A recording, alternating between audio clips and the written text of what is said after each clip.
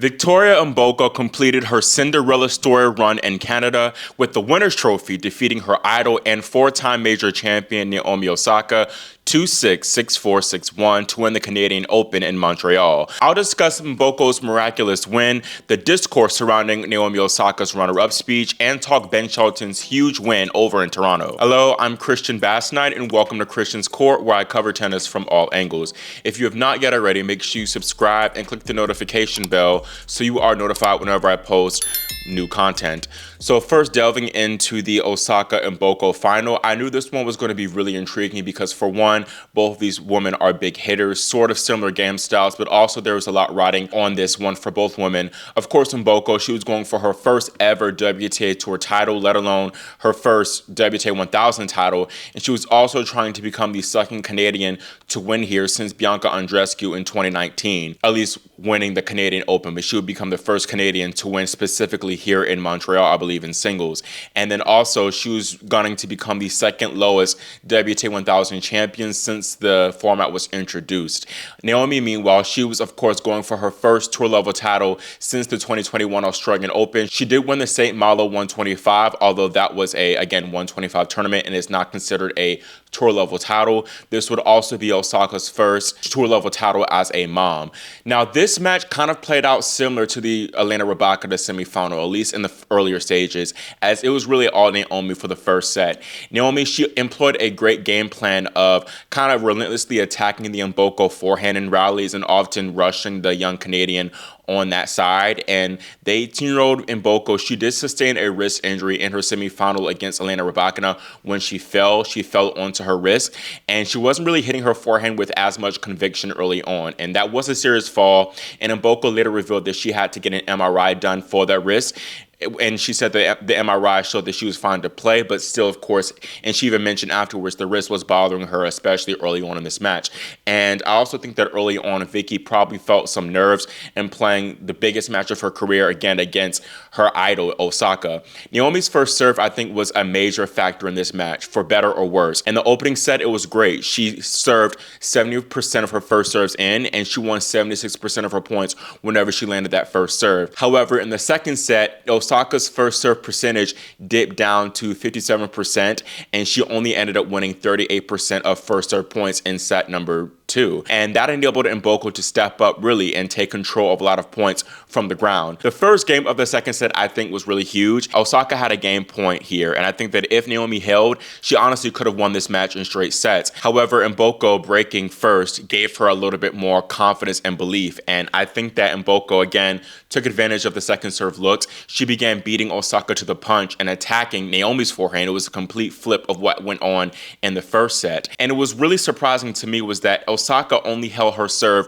one time in that entire second set, and that was at 5-3. So that was really jarring, and I think this is why Naomi crashed out a little bit, because had she just held her serve more consistently in the second set, she could have won it in straight sets. Vicky was pretty charitable in giving Osaka the breaks right back, at least the first few breaks of serve in the second set. That said, though, Mboko played some incredible tennis to break 4-3-2, and she was on a roll for those next few games, and she finally held her own serve, Mboko did, for 4-2, and then she broke Osaka at love to go up the double break for 5-2 in the second set. And Naomi, she really started to spray badly around this part, and she was no longer playing within herself of having good margin. She was kind of bailing out of shots a lot more. It was just, again, spraying from both the forehand and backhand wing, and that backhand especially, she was netting a lot more of those shots from that wing. However, when it was time for Mboko to close out the opening set, at least when she had 5-2 and was trying to serve for the set, she kind of looked unprepared for the moment. It was kind of unexpected, it seemed like, for her to even get in this position, and she definitely felt the moment. I believe she double faulted 3 times when she served forward initially at 5-2 and was broken at 15, and her serve speed was really like bad, and she was serving in the 60s and 70s. I don't know if it was the nerves or that wrist bothering her, but Mboko, she really had to hobble over the finish line to close out that second set. And again, a big missed opportunity for Osaka. She got some help, Mboko did, from Naomi, because Osaka had a 30-15 look and that 5-4 game when Mboko was trying to serve for it, but she just let her off the hook with some errors. Now, unpopular opinion, but I don't really believe that Osaka fully gifted Mboko that third set. I don't think that she went away for the most part, and she did have chances in many of these games, most of the games, but she just could not win the important points. And that's where credit needs to be given to Mboko for just playing better tennis and the bigger points and the bigger moments of this match. Osaka, she left the court after dropping the second set, but it did not help her, and it only helped Mboko, who broke her right off the bat to open the third set. And she broke her at love, Mboko did. Really, it was due to Osaka errors. She hit 2 double faults and 2 backhand unforced errors. But at this point, though, Naomi wasn't completely gone. You know, she broke right back, and she seemed still very much in this match. However, that 1-all game is where we really started to see a crack in Osaka's mental fortitude. She did have a 30-love edge in this game, but her first serve abandoned her once again, and Mboko's defense and rally tolerance was the outlier here, and it aided her in getting that break of serve back. And the 2-1 game, I think, is really what won Mboko this match. The third set looked like it was going to play out similar to the second set, of where we'd have a whole bunch of breaks of serve, but of course we wouldn't see another break of serve, at least for Osaka. Osaka would not break Mboko's serve yet again, although she had 4 break points at this 2-1 game. Mboko saved the first break point that she faced with another slice short forehand to draw an error from Osaka, and that was a play that she employed really great throughout this entire match. The next 2 breakpoint saves were from Mboko's serves, strong serves that went unreturned. Now, the last breakpoint, though, was a missed backhand wide from Osaka, pretty makeable, and after this, Naomi looked visibly broken down here, and it's that same look that we've kind of seen from her in the past when she's lost tight matches, and I don't know, it's like that PTSD thing, for lack of a better word, whenever she's has moments to win these big matches, and she just, I don't know, it's something mental with her. Like, she now knows it's another opportunity that slips from her grasp. Meanwhile, Mboko, she held, and I knew then and there the match was hers. Still, though, Naomi did not go away completely after this. She had 2 game points at 1-3, but Mboko just outlasted her with rally tolerance, strong rally tolerance, and again, a total flip of what happened in the first set. Osaka was the one here making a lot more unforced errors, and that's where I think that lack of overall diversity in her game hurts Osaka. Eventually, the ground game can go off for her, and she could have found ways, I think, to finish points at the net or use drop shots, slices like Mboko was doing, but she just kept going to Old Faithful, and Old Faithful was not giving her the results that she was wanting. The ground game was just breaking down. And again, Osaka's poor first serve percentage killed her in her service games in the deciding set. She did not hold her serve one single time. She hit 46% of her first serves in and won just 38% of her first serve points. That's unacceptable, and it shows that she also just was not making quality first serves in either. Although Vicky, giving credit to her again, she definitely improved her return of serve. Credit to her too. I was also impressed, really impressed by Mboko serving, especially that 4-1 game. You got to go back and watch that, y'all, because she was serving bombs, and really, even when she wasn't serving outright aces, she was serving strong serves to set up herself for like easier put away shots. So really credit to Mboko for elevating her serve at that point, a crucial juncture of the match to consolidate the double break lead. Now, I understand that Osaka was struggling to hold it together mentally when she was down 1-5, of course, but I think that Osaka, she made a mistake and not forcing Mboko to try to serve out the match. She had 2 game points Osaka did at 5-1 or 1-5. The first one, it was an epic get from Mboko, giving full credit to Vicky, but Osaka had no business stopping the point at this point. She could have easily finished off the point here, and she just kind of, I think, mentally checked out. Then after that, Vicky just won a point that was just too good from her, in my opinion, with a screaming forehand winner down the line, and I think it was a wrap from that point forward, and Osaka just was gone. Naomi, she was understandably pretty pissed after this match, and she gave a very short and sweet speech. She said, "I don't really want to take up too much time, so I'll just say thank you to everyone. Thank you to my team, thank you to the ball kids, thank you to the organizers and all the volunteers, and I hope you all had a good night.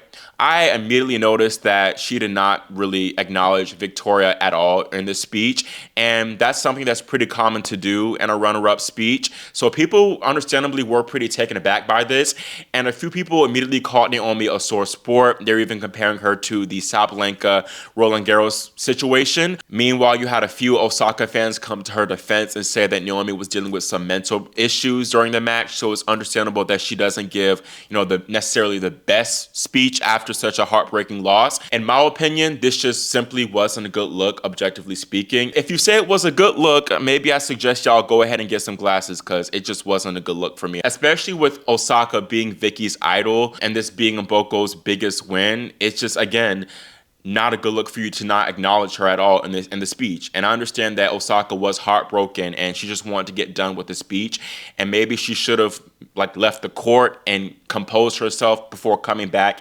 and giving a better speech. I don't think that she intentionally tried to slight Vicky, though. She did say in the mix zone, "I think Victoria played really well. I completely forgot to congratulate her on the court." Yeah, I mean, she did really amazing. I don't think that Naomi is the most gracious loser, just being honest. I mean, and that's fine. It is what it is. I always try to give grace to the players, and I know it must be tough to give these type of speeches, especially so soon after a loss. So I'm sure that Naomi will probably give a proper acknowledgement to Vicky in her Threads post or an IG post. But anyways, finding the silver lining in this for Naomi, she should be very proud of herself, because especially she was down and out in her second round match against Samsonova, being down 2 match points, also being down 2-5 in the second set tiebreaker. Even though she wasn't able to walk away with the title, I feel like her winning that match could be the turnaround catalyst for her comeback and potentially help her win a big title like a slam later on down the road.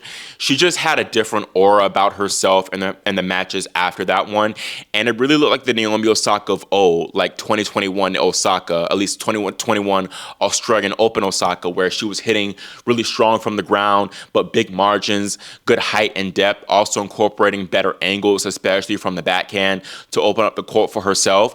And also, I think it's a big credit to her improved fitness too, which she mentioned a bit in her press conference, not feeling the need to go for too much in the rallies, although she did do that a little bit in this final, but I think some of that was just due to her feeling the weight and nerves of trying to get over the hump and win her first really big title in 4 years. I still feel like she needs to incorporate more variety to combat moments like this in the finals with Mboko.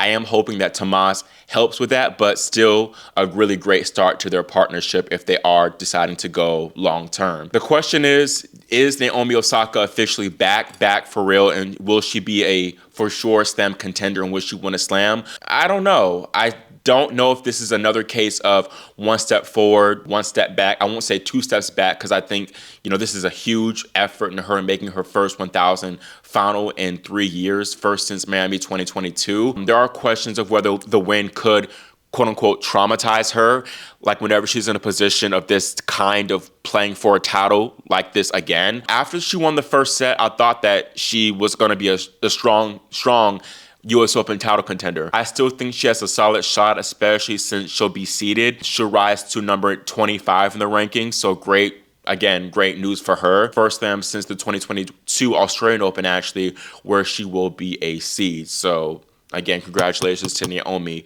for a great week. Now, initially, I feel like a lot of people felt that Osaka, faltering mentally played a large impact in this result. But when I watched this match the second time, I feel like more credit needs to be given to Victoria for how she elevated her play from the second set on. She definitely improved, and she took advantage of Naomi dips, unlike Osaka's opponents throughout the week. This was truly an unbelievable run, really legendary.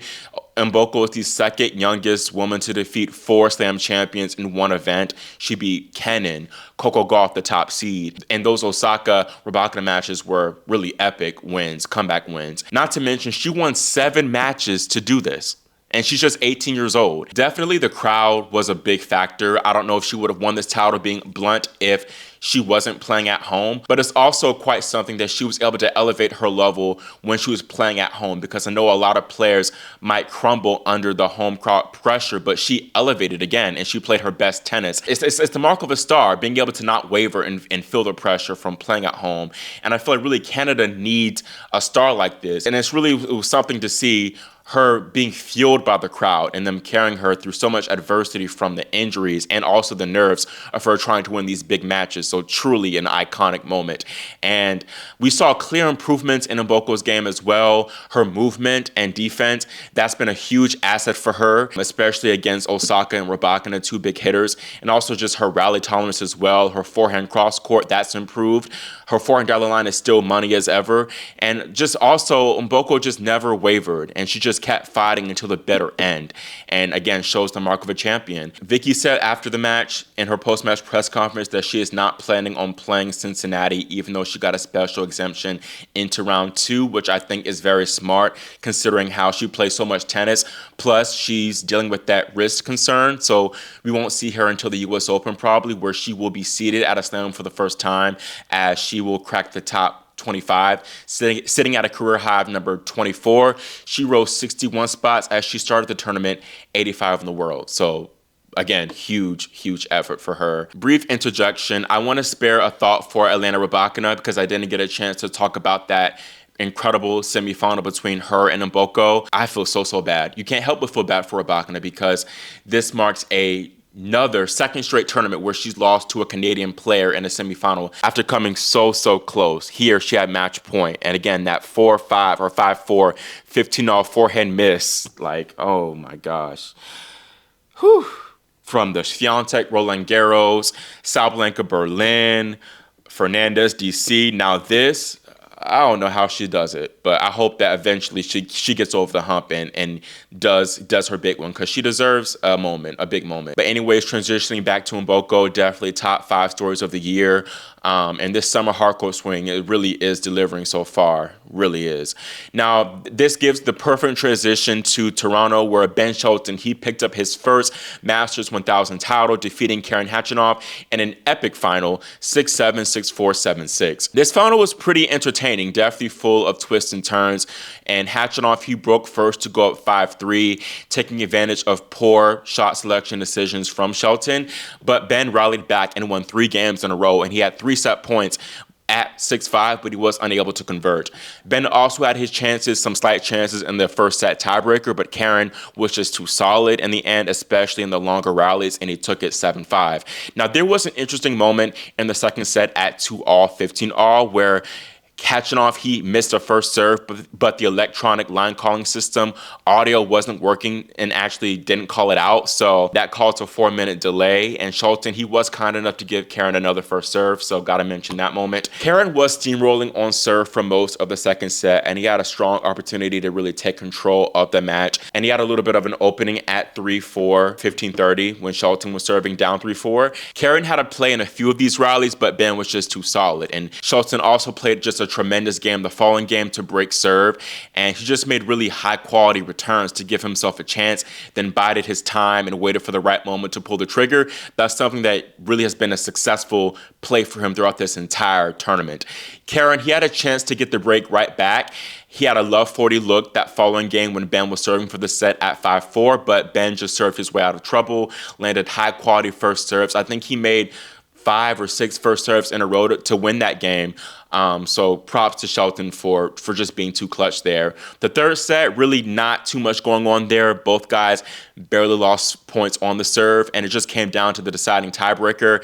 And Shelton, I knew he had the edge here because he had the experience of winning 2 third set tiebreakers previously this tournament already against Nakashima and then Kaboli, and I think those matches definitely helped him here, and he handled the moment much better, only dropping 3 points en route to clinching the biggest win of his career. Got to give credit to Karen, first of all, on an incredible week. He also gave a very classy speech because this was a tough loss for him. He was going for his second 1000 title, and he would have returned inside the top 10 for the first time in a long time, and he has made it clear about how that was a big goal for him.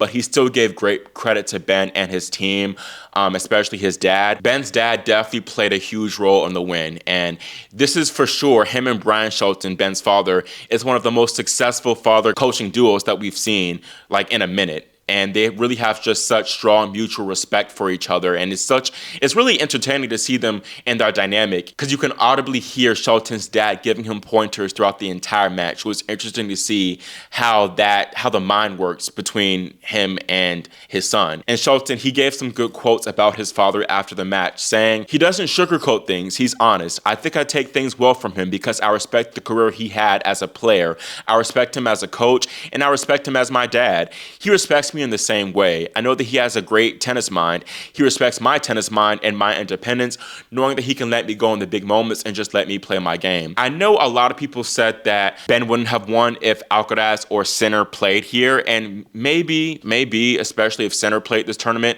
but still, Ben is undoubtedly a very deserving champion in their absence. First of all, considering how he tests Carlos and Yannick quite a bit in their matches, but also Ben is near the top and is only going to get better and better and better, a fully deserved winner from this tournament.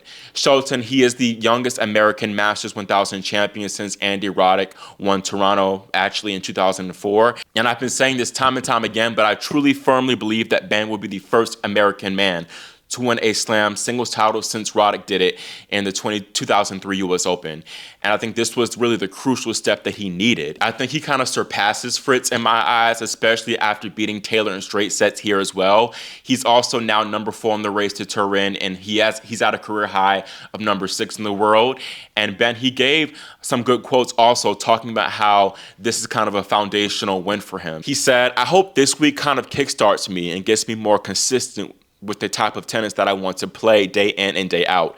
It's certainly going to push me to work harder. I feel like I have a good grasp now on the things that really work for me against guys who are playing some of the best tennis in the world, and the things that I need to continue to work on." So yeah, I think really big things are coming for Ben, and don't be surprised. Again, do not be surprised if he goes all the way to the finals, at least after US Open. Now, Thursday was truly a wild day of tennis play, because we had both the Canadian Open finals going on at the same exact time, as well as first round action of Cincinnati going on at this time too. I honestly did not like this. I feel like the Canadian Open finals could have been held yesterday at times where they didn't overlap each other. But again, what can I say? Maybe in the year's future they can fix this, because I really wasn't a fan. It was too overwhelming for me. But focusing on Cincinnati, transitioning over to them now, we had some interesting results on day 1 of main draw play.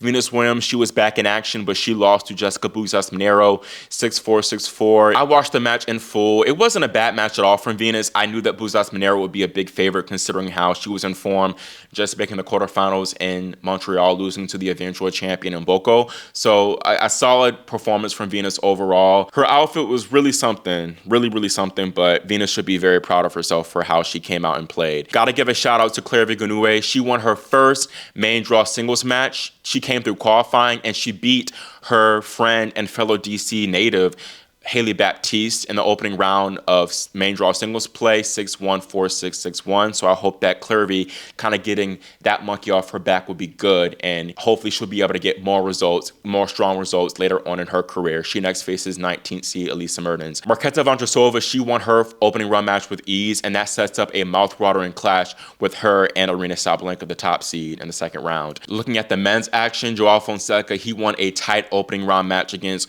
Bu Unchakete. He now plays Alejandro Davidovich Fokina in round 2. Talented 21-year-old Chinese man Jerry Shang nearly won his first match since making the Hong Kong semifinals at the start of the year. He's been suffering with a foot injury for much of this season. He had a great opportunity to get the win. He led Thomas Martin Etcheverry by a set and a double break, and he served for it at 5-2, but he ultimately fell. And then another interesting result was Coleman Wong from Hong Kong. He defeated Giovanni Ampeci Petitcard 6-3, 6-2. Great to see Coleman back and doing good things, and he obviously loves the US 1000s, as he had that good run in Miami where he beat Shelton en route to, I believe, the round of 32. So great to see him back. Although a little bit of a concerning result for Mpechi Pedikar, definitely not the best season for his standards in 2025. That is all I have for this lengthy recap video. Let me know your thoughts on Mboko and Shelton's triumphs and whether you think that they can go deep at the US Open. Also give your thoughts on the whole Osaka discourse surrounding her speech and whether you think that